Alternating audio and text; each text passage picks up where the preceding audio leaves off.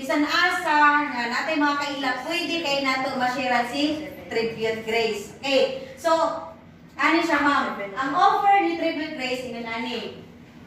One-time membership fee 1,500. Okay. So 1,500 ma'am, wala tay expiration. Okay? Wala tay renewal. Wala tay limit sa edad.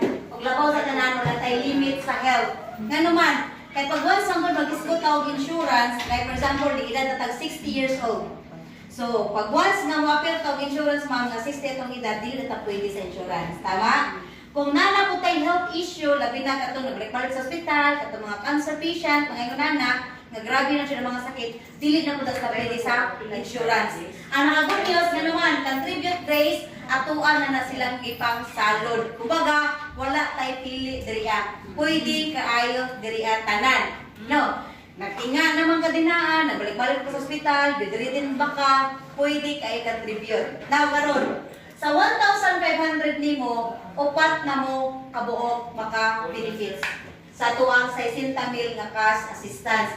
So, kanang upat kabuok ma, for example, ikaw karon nga plan holder na kay tulong ka beneficiary. Kamong upat, entitled mo sa 60,000 pesos.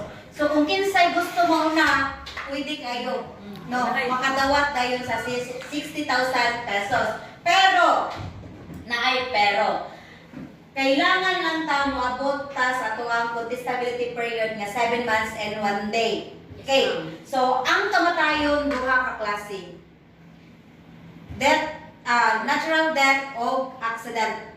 So, kung natural death, kailangan moabot ang 7 months and 1 day. Pero kung accident, so kung gikan karon nagpa-member, na-encode sa system, and then na-disgrasya sa gawas, either si plan holder or si beneficiary, automatic makadawat og 60,000 pesos kung ma-comply tanan ang requirements. Okay. So, mo din siya. So, kanang upat nimo nga beneficiary din depende na nimo kinsa imong ipangsulat. Imo ba nang igsuon, imong mama, kung sa na, kamatsulo na din wala tayong problema ana. Okay? So, sama sa kong gingon, dayong system kadriya. So, kada na mamatay, compulsory ta nga moamot og 5 pesos each. So, meaning, kada patay moamot og 5 pesos. I-times 4 na to, 20 pesos ang atong bayaran. Kada patay. Okay. So, karon natay mandatory savings na 300. Kaning 300, dinhiya siya ikaltas every time na naay mamatay. So, diriha lang siya ikaltas. So, ang 300 po nimo, kung pananglitan, mag 100 na lang siya. So, naay mo follow up nimo anak.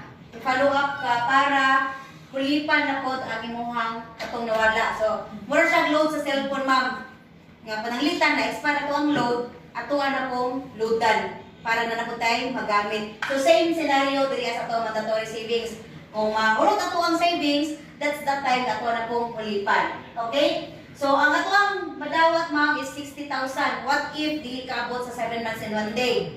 So, hangyon lang nato, nga bisan 4 months, 5 months, 6 months, 7 months, makadawat gyapon og 25,000 pesos ang madawat nga cash. So, mora to, pangutana. Okay. So, daghan kayong salamat.